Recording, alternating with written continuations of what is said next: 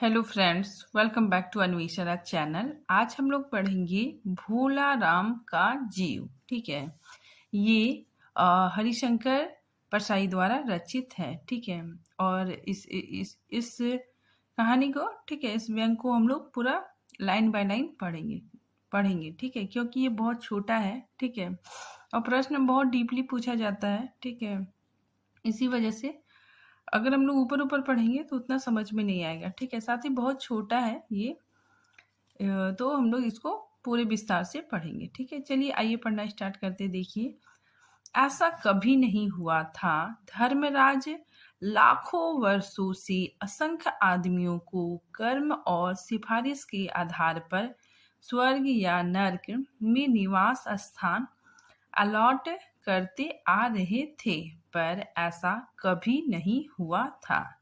ठीक है, तो ये बात चित्रगुप्त यमराज को कहते हैं। ठीक है, फिर आगे देखिए, सामने बैठे चित्रगुप्त बार बार चश्मा पोछे, बार बार थूक से पन्ने पलट रजिस्टर पर रजिस्टर देख रहे थे। ठीक है, गलती पकड़ में ही नहीं आ रही थी। आखिर उन्होंने खींचकर रजिस्टर इतने जोर से बंद किया कि मक्खी चपेट में आ गई। उसे निकालते हुए वे बोले, ठीक है, चित्रगुप्त बोले, महाराज, रिकॉर्ड सब ठीक है। भोला राम के जीव ने 5 दिन पहले देह त्यागी और यमदूत के साथ इस लोक के लिए रवाना भी हुआ, पर यहाँ अभी तक नहीं पहुंचा है। ठीक है, ये जो अंडरलाइन किया हुआ है, ठीक है, हाईलाइट किया हुआ है, ठीक है, ये काफी इंपॉर्टेंट है। ठीक है, पूछा जा सकता है ये पंक्ति कहाँ से है। तो भोला राम का जीव, ठीक है, और कितने दिन पहले उसने अपना प्राण त्यागा था, तो 5 दिन। ठीक है, इंपॉर्टेंट है, याद रखिएगा।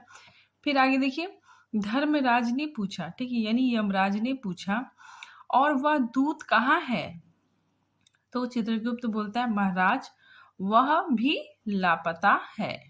इसी समय द्वार खुले और एक यमदूत बदहवास वहां आया। ठीक है, मतलब यमदूत आ गया। ठीक है, उसका मौलिक कुरूप चेहरा परिश्रम, परेशानी और भय के कारण और भी विकृत हो गया था। ठीक है, उसे देखते देखते ही चित्रगुप्त चिल्ला उठे, अरे तू कहाँ रहा इतने दिन? भोला राम का जीव कहाँ है? ठीक है, यमदूत हाथ जोड़कर बोला, दया निधान, मैं कैसे बताऊं कि क्या हो गया? आज तक मैंने धोखा नहीं खाया था, पर भोला राम का जीव मुझे चकमा दे गया। 5 दिन पहले जब जीव ने भोला राम का देह त्यागा, तब मैंने उसे पकड़ा और इस लोक की यात्रा आरंभ की। नगर के बाहर जो ही मैंने उसे लेकर एक तीव्र वायु तरंग पर सवार हुआ, तो ही वह मेरी चंगुल से छूटकर ना जाने कहाँ गायब हो गया। ठीक है, तो भोला राम का जीव, ठीक है, चकमा देके गायब हो गया। ठीक है, आगे देखिए, इन 5 दिनों में मैंने सारा ब्रह्मांड छान डाला। ठीक है, तो ये बात यमदूत कहता है कि इन 5 दिनों में मैंने सारा ब्रह्मांड छान डाला, पर उसका कहीं पता नहीं चला। धर्मराज क्रोध से बोले, मूर्ख, जीवों को लाते लाते बूढ़ा हो गया है, फिर भी एक मामूली बूढ़े आदमी का जीव ने तुम्हें चकमा दे दिया। ठीक है, तो यमराज कहते हैं कि तुम मूर्ख हो। ठीक है, जीवों को लाते लाते तुम बूढ़ा हो गए हो। ठीक है, फिर भी मतलब एक मामूली जो बूढ़ा आदमी है, ठीक है, उसका जीव तुमको चकमा दे दिया। ठीक है, तो ये जो लाइन है काफी इंपॉर्टेंट है। साथ ही पूछा जा सकता है कि ये किसका संवाद है, तो धर्मराज है।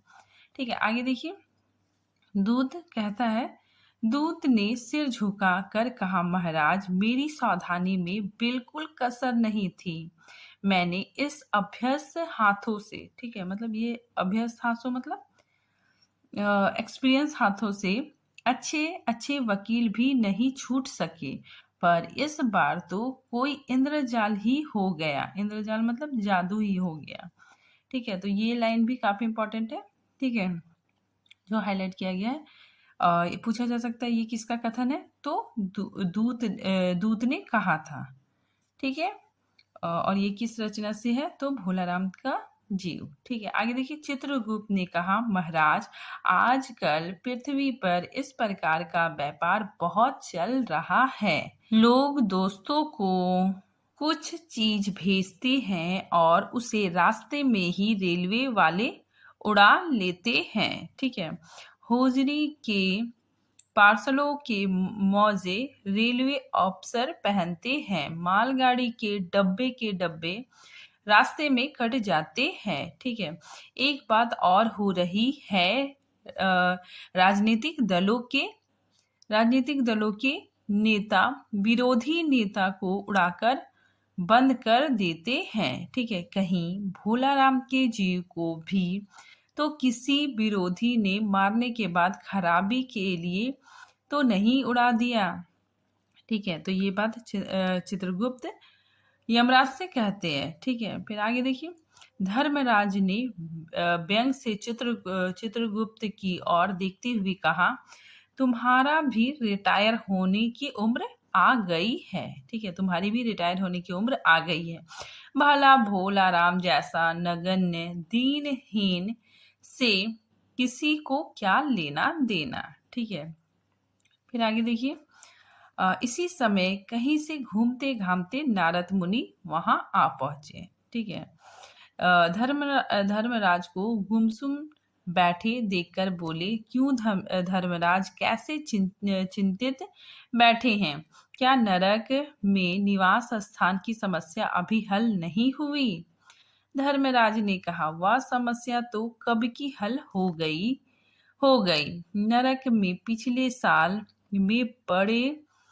पिछले सालों में बड़े गुणी कलाकार आ गए हैं। ठीक है, कई इमारतों के ठेकेदार हैं जिन्होंने पूरे पैसे लेकर रद्दी इमारतें बनाई। बड़े बड़े इंजीनियर भी आ गए हैं जिन्होंने ठेकेदारों से मिलकर पंचवर्षीय योजना का पैसा खाया। ठीक है, पैसा खाया। ओवरसियत है जिन्होंने उन मजदूरों की हाजिरी भर कर पैसा हड़पा जो कभी काम पर गए ही नहीं। इन्होंने बहुत जल्दी नरक में कई इमारतें तान दी। वह समस्या तो हल हो गई, पर एक विकट उलझन आ गई है। ठीक है, तो यहाँ पे जो भ्रष्टाचार है, ठीक है, लेखक ने उसको उजागर करने की कोशिश किया है। ठीक है, साथ ही व्यंग किया है। ठीक है, फिर आगे देखिए, धर्मराज कहता है कि वो समस्या तो हल हो गई, लेकिन अब एक बड़ी समस्या आ गई है। ठीक है, भोला राम नाम के एक आदमी की 5 दिन पहले मृत्यु हुई। उसके जीव को यह दूत यहाँ ला रहा था कि जीव इसे रास्ते में चकमा देकर भाग गया। ठीक है, इसने सारा ब्रह्मांड छान डाला पर वह कहीं नहीं मिला। अगर ऐसा होने लगा तो पाप पुण्य का भेद ही मिट जाएगा।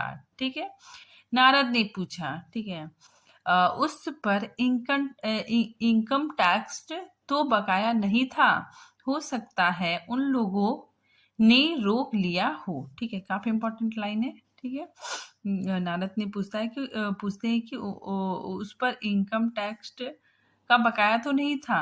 ठीक है, हो सकता है उसकी वजह से लोगों ने उसको रोक लिया हो। ठीक है, फिर आगे देखिए, चित्रगुप्त ने कहा, इनकम होती तो टैक्स होता, भूख मरा था। ठीक है, ये लाइन भी इंपॉर्टेंट है। आगे देखिए, नारद बोले, मामला बड़ा दिलचस्प है। अच्छा, मुझे उसका नाम पता तो बताओ, मैं पृथ्वी पर जाता हूँ। ठीक है, ये लाइन भी इंपॉर्टेंट है। किसका कथन है, तो नारद ने कहा था। ठीक है, आगे देखिए, चित्रगुप्त ने रजिस्टर देखकर बताया, भोला राम नाम था उसका। ठीक है, भोला राम नाम था उसका। ठीक है, यहाँ पे देखिए भोला राम का पूरा डिटेल दिया गया है। ठीक है, तो चित्रगुप्त बताता है कि भोला राम नाम था उसका। ठीक है, जबलपुर शहर में धर्मापुर मोहल्ले में नाले के किनारे एक 1.5 कमरे टूटे फूटे मकान में वह परिवार समेत रहता था। ठीक है, देखिए ऐसा पूछा जा सकता है कि भोला राम कहाँ रहता था, तो जबलपुर शहर में। ठीक है, धर्मपुरा मोहल्ले के पास। ठीक है, फिर आगे देखिए,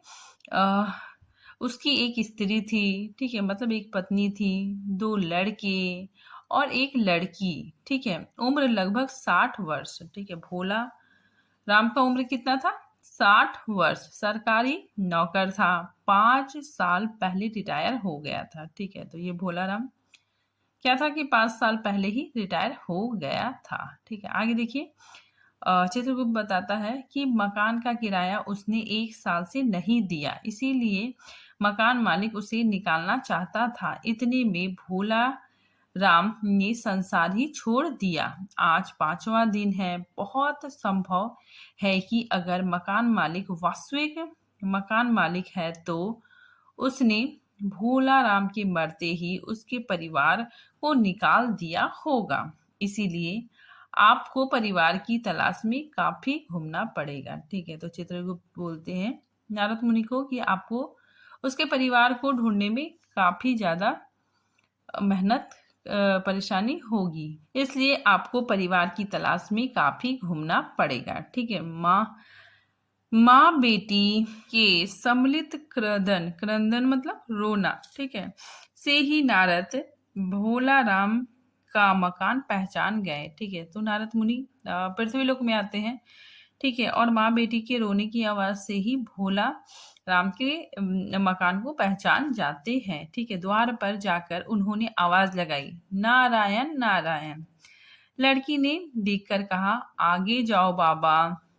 नारद ने कहा, मुझे भिक्षा नहीं चाहिए, मुझे भोला राम के बारे में कुछ पूछताछ करनी है। अपनी माँ को जरा जरा बाहर भेजो बेटी।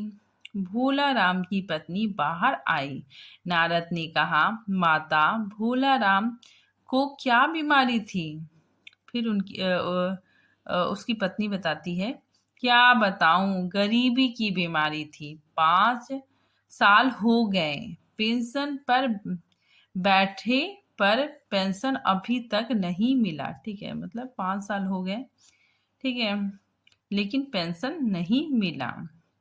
आगे देखिए, हर 10 दिन में एक दरख्वास्त देते थे, पर वहां से या तो जवाब आता ही नहीं था, और आता तो यह कि तुम्हारी पेंशन के मामले में विचार हो रहा है। ठीक है, तो भोला राम मतलब 5 साल पहले ही रिटायर हो गया। ठीक है, और उससे पेंशन 1 रुपया भी नहीं मिला है। ठीक है, आगे देखिए, इन 5 सालों में सब गहने बेचकर हम लोग खा गए। ठीक है, तो उसकी पत्नी बोलती है कि इन 5 सालों में हम सब गहने बेचकर खा गए। ठीक है, फिर बर्तन बिके, अब कुछ नहीं बचा। चिंता में घुलते घुलते और भूखे मरते मरते उन्होंने दम तोड़ दी। नारद ने कहा, क्या करोगी माँ, उसकी इतनी ही उम्र थी। फिर उसकी भोला राम की पत्नी बोलती है, ऐसा तो मत कहो महाराज, उम्र तो बहुत थी। 50-60 रुपए महीने पेंशन मिलता तो कुछ और काम कहीं करके गुजारा हो जाता, पर क्या करे, 5 साल नौकरी से बैठे हो गया। ठीक है, मतलब 5 साल पहले रिटायर हो गए और अभी तक एक कौड़ी नहीं मिली है। दुख दुख की कथा सुनने की फुर्सत नारद को थी नहीं। ठीक है, तो दुख का, ठीक है, कथा सुनने का नारद जी को फुर्सत नहीं था। ठीक है, वे अपने मुद्दे पर आए और बोले, माँ यह तो बताओ कि यहाँ किसी से उसका विशेष प्रेम था जिसमें उनका जी लगा हो। पत्नी बोली, लगा तो महाराज बाल बच्चों से ही होता है। नहीं, परिवार के बाहर भी हो सकता है, ठीक है? तो नारद मुनि बोलते हैं कि नहीं, परिवार के बाहर भी हो सकता है। मेरा मतलब है किसी स्त्री, ठीक है? इस किसी स्त्री के साथ मतलब उनका लगाव तो नहीं था, ठीक है? फिर आगे जो भोला राम की पत्नी होती है, ठीक है? वो गुस्सा करती है, ठीक है? स्त्री ने गुर्राकर नारद की ओर देखकर बोली, अब कुछ मत बको महाराज, तुम साधु हो, उचक्के नहीं हो। जिंदगी भर उन्होंने किसी दूसरी स्त्री की ओर आंख उठाकर नहीं देखा, ठीक है? काफी इंपॉर्टेंट लाइन है, ठीक है? ये संवाद किसने कहा था? तो भोला राम की पत्नी ने कहा था। नारद हंसकर बोले, हाँ, तुम्हारा यह सोचना ठीक ही है। यही हर अच्छी गृहस्थी का आधार है, ठीक है? और अच्छा माता मैं चला, ठीक है? देखिए ये जो नारद मुनि ने बोला, ठीक है? हाँ, तुम्हारा यह सोचना ठीक है, ठीक है? ये भी काफी इंपॉर्टेंट है, ठीक है? आगे देखिए, स्त्री ने कहा, ठीक है, महाराज आप तो साधु हैं, सिद्ध पुरुष हैं, कुछ ऐसा नहीं कर सकते कि उनकी रुकी हुई पेंशन मिल जाए, इन बाल बच्चों का पेट कुछ दिन भर जाए, ठीक है? तो ये बात भोला राम की पत्नी बोलती है, ठीक है? नारद मुनि को दया आ जाती है, ठीक है? देखिए, नारद को दया आ गई थी। वे कहने लगे, साधुओं की बात कौन मानता है? मेरा यहाँ कोई मठ तो है नहीं, फिर भी मैं सरकारी दफ्तर जाऊंगा और कोशिश करूंगा। वहां से चलकर नारद सरकारी दफ्तर पहुंचे, ठीक है? तो नारद मुनि सरकारी दफ्तर पहुंचे। वहां पहले ही से कमरे में बैठे बाबू से उन्होंने भोला राम के केस के बारे में बातें की, ठीक है? उस बाबू ने उन्हें ध्यानपूर्वक देखा और बोला, भोला राम के दरख्वास्तें तो भेजी थी, ठीक है? भोला राम ने दरख्वास्तें मतलब आवेदन पत्र तो भेजा था, पर उन पर वजन नहीं रखा था, ठीक है? इसीलिए कहीं उड़ गई होगी, ठीक है? काफी इंपॉर्टेंट लाइन है, पूछा जा सकता है, ठीक है? तो वो जो बाबू था, ठीक है, वो बोलता है कि भोला राम ने तो आवेदन पत्र भेजा था, ठीक है, लेकिन उसमें वजन नहीं रखा था। वजन मतलब घूस, पैसा, रिश्वतखोरी, ठीक है? इसीलिए वो कहीं उड़ गई होगी। नारद ने कहा, भाई ये बहुत से पेपर वेट तो रखे हुए हैं, ठीक है? नारद बोलता है कि यहाँ पर बहुत सा पेपर वेट, ठीक है, जो हेवी स्टोन होता है, ठीक है, जिसमें पेपर को दबा के रखा जाता है, ठीक है? तो नारद बोलते हैं कि यहाँ पे तो बहुत सारा पेपर वेट रखे हुए हैं, इन्हें क्यों नहीं रख दिया, ठीक है? बाबू हंसा, ठीक है, आप साधु हैं, आपको दुनियादारी समझ में नहीं आती, दरख्वास्तें पेपर वेट से नहीं दबती। खैर, आप उस कमरे में बैठे बाबू से मिलिए, ठीक है? तो यहाँ पे नारद मुनि समझ ही नहीं रहे हैं, ठीक है, जो उसको वो बोल रहा है, ठीक है? पेपर वेट मतलब वो नहीं समझ रहा है कि वो जो है मतलब घूस की बातें कर रहा है, ठीक है? रिश्वतखोरी की बातें कर रहा है, ठीक है? और खास में और देखिए यहाँ पे ये जो लाइन है, ठीक है, कि आप साधु हैं, आपको दुनियादारी समझ में नहीं आती, ठीक है? तो ये जो अंडरलाइन किया गया ये लाइन है, काफी इंपॉर्टेंट है, ठीक है? आगे देखिए, नारद उस बाबू के पास गए, उसने तीसरे के पास भेजा, ठीक है? तीसरे ने चौथे के पास भेजा, चौथे ने पांचवें के पास भेजा। जब नारद 25-30 बाबुओं और अफसरों के पास घूम आए, तब एक चपरासी ने कहा, ठीक है, ये महाराज आप क्यों इस झंझट में पड़ गए? अगर आप साल भर भी यहाँ चक्कर लगाते रहे तो भी काम नहीं होगा।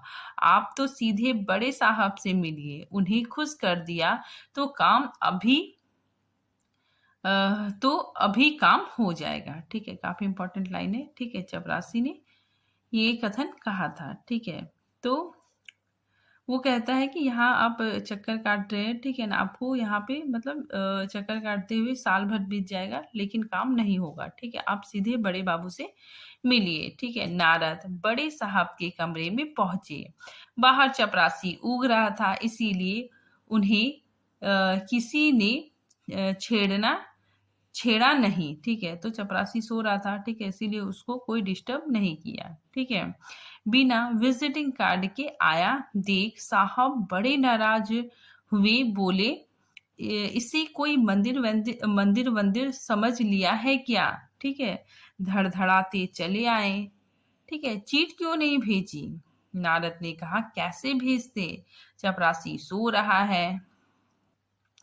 तो यहाँ पे नारद मुनि, ठीक है, अंदर डायरेक्ट चले जाते हैं, ठीक है। इसीलिए जो साहब है, ठीक है, वो मतलब गुस्सा हो जाते हैं, ठीक है। वो कहते हैं कि तुमने इसे मंदिर मंदिर समझ लिया है क्या, ठीक है। धड़धड़ाते चले आए, चिट क्यों नहीं भेजी, ठीक है। नारद ने कहा, कैसे भेजता भेजता, चपरासी सो रहा है, ठीक है। फिर क्या काम है, साहब ने रौब से पूछा कि क्या काम है। नारद ने भोला राम का पेंशन केस बतलाया, ठीक है। साहब बोले, आप है बैरागी, दफ्तर के रीति रिवाज नहीं जानते। असल में भोला राम ने गलती की भाई, यह भी एक मंदिर है, यहाँ भी दान पुण्य करना पड़ता है। आप भोला राम के आत्मीय मालूम होते हैं। भोला राम की दरख्वास्तें उड़ रही है, ठीक है, उसका आवेदन पत्र उड़ रहा है, उस पर वजन रखिए, ठीक है। ये लाइन भी काफी ज्यादा इम्पोर्टेंट है। नारद ने सोचा कि फिर यहाँ वजन की समस्या खड़ी हो गई, ठीक है। मतलब नारद मुनि वजन का अर्थ समझ ही नहीं रहे हैं, ठीक है, कि वो घूस के बारे में बात कर रहा है, ठीक है। तो नारद ने सोचा कि फिर यहाँ वजन की समस्या खड़ी हो गई। साहब बोले, भाई सरकारी पैसे का मामला है, पेंशन का केस बीसों दफ्तर में जाता है, देर लग ही जाती है। बीसों बार एक ही बात को 20 जगह लिखना पड़ता है, तब पकी होती है। जितना पेंशन मिलता है उतने की स्टेशनरी लग जाती है। हाँ, जल्दी भी हो सकता है, मगर साहब रुके। नारद ने कहा, मगर क्या? साहब ने कुटिल मुस्कान के साथ कहा, मगर वजन चाहिए, आप समझे नहीं। जैसा आपकी यह सुंदर वीणा है, इसका भी वजन भोला राम के दरख्वास्त पर रखा जा सकता है। मेरी लड़की गाना बजाना सीखती है, यह मैं उसे दे दूंगा, ठीक है। साधु संतों की वीणा से तो और अच्छे स्वर निकलते हैं, ठीक है। तो ये लाइन, ठीक है, काफी इंपॉर्टेंट है, ठीक है। जो साहब मतलब बोलता है, ठीक है, उसके वीणा के बारे में, ठीक है। तो यहाँ पे एक बार पूछा जा चुका भी था कि किस चीज का वर्णन हुआ था, तो वीणा का, ठीक है। तो काफी इंपॉर्टेंट लाइन है। फिर आगे देखिए, नारद अपनी वीणा छीनते देख जरा घबराए, पर फिर संभल गए। उन्होंने वीणा टेबल पर रख दिया, ठीक है। उन्होंने अपनी जो वीणा है, ठीक है, वो दे दिया, ठीक है, और कहा, यह लीजिए, अब जरा जल्दी उसकी पेंशन ऑर्डर निकाल दीजिए, ठीक है। साहब ने प्रशंसा से उन्हें कुर्सी दी, ठीक है, नारद मुनि को कुर्सी दी। वीणा को एक कोने में रखा और घंटी बजाई। चपरासी हाजिर हुआ। साहब ने हुक्म दिया, बड़े बाबू से भोला राम के केस की फाइल लाओ। थोड़ी देर बाद चपरासी भोला राम की 100-150 दरख्वास्तों से भरी फाइल ले आया। उसमें पेंशन के कागजात भी थे। साहब ने फाइल पर नाम देखा और निश्चित करने के लिए पूछा, क्या नाम बताया साधु जी आपने, ठीक है। नारद समझे कि साहब कुछ ऊंचा सुनता है, ठीक है, इसीलिए जोर से बोले, भोला राम। सहसा फाइल में से आवाज आई, कौन पुकार रहा है? कौन पुकार रहा है मुझे? पोस्टमैन है क्या? पेंशन का ऑर्डर आ गया? साहब डर कर कुर्सी से लुढ़क गए, ठीक है। तो देखिए, जब नारद मुनि भोला राम बोलता है, तो जो फाइल है, ठीक है, वहां से आवाज आती है, कौन कौन पुकार रहा है, ठीक है। कौन पुकार रहा है मुझे? पोस्टमैन है क्या? पेंशन का ऑर्डर आ गया, ठीक है। तो ये बात सुनकर जो साहब होता है, ठीक है, वो डर जाता है, ठीक है, और कुर्सी से लुढ़क गए। नारद चौके, पर दूसरे ही क्षण बात समझ गए और बोले, भोला राम, तुम क्या भोला राम के जी हो? हाँ, आवाज आई। नारद ने कहा, मैं नारद हूँ, तुम्हें लेने आया हूँ। चलो, स्वर्ग में तुम्हारा इंतजार हो रहा है। आवाज आई, मुझे नहीं जाना है। मैं तो पेंशन के दरख्वास्तों पर अटका हूँ। यही मेरा मन लगा है। मैं अपनी दरख्वास्तें छोड़कर नहीं जा सकता। ठीक है, काफी इंपॉर्टेंट लाइन है। ठीक है, कि मेरा मन लगा है, मैं अपनी दरख्वास्तें छोड़कर नहीं जा सकता। ठीक है, तो यहाँ पर लेखक ने, ठीक है, जो सरकारी दफ्तर है, ठीक है, वहां पे जो रिश्वतखोरी है, ठीक है, उस पे बहुत ही ज्यादा तीखा व्यंग किया है। ठीक है, और रिश्वतखोरी भ्रष्टाचार पर काफी ज्यादा तीखा व्यंग किया है। ठीक है, तो यहाँ पे वही बताया जा रहा है कि जो सरकारी दफ्तर है वहां पर बिना रिश्वत के कुछ काम नहीं होता है। ठीक है, इंसान इतना परेशान है कि मरने के बाद भी वह वही वही सब सोच रहा है। ठीक है, उसकी आत्मा भटक रही है। इसमें रिश्वतखोरी भ्रष्टाचार पर लेखक ने बहुत ही तीखा व्यंग किया है। ठीक है, भोला राम का जीव अपने पेंशन के कागज में ही फंसा हुआ है। ठीक है, तो काफी अच्छा है। ठीक है, लेखक ने सरकारी दफ्तर में फैली रिश्वतखोरी और भ्रष्टाचार पर काफी ज्यादा तीखा व्यंग किया है। ठीक है, तो आज ये टॉपिक यहीं पे खत्म होता है। ठीक है, मिलते हैं नेक्स्ट टॉपिक के साथ। तब तक के लिए थैंक यू।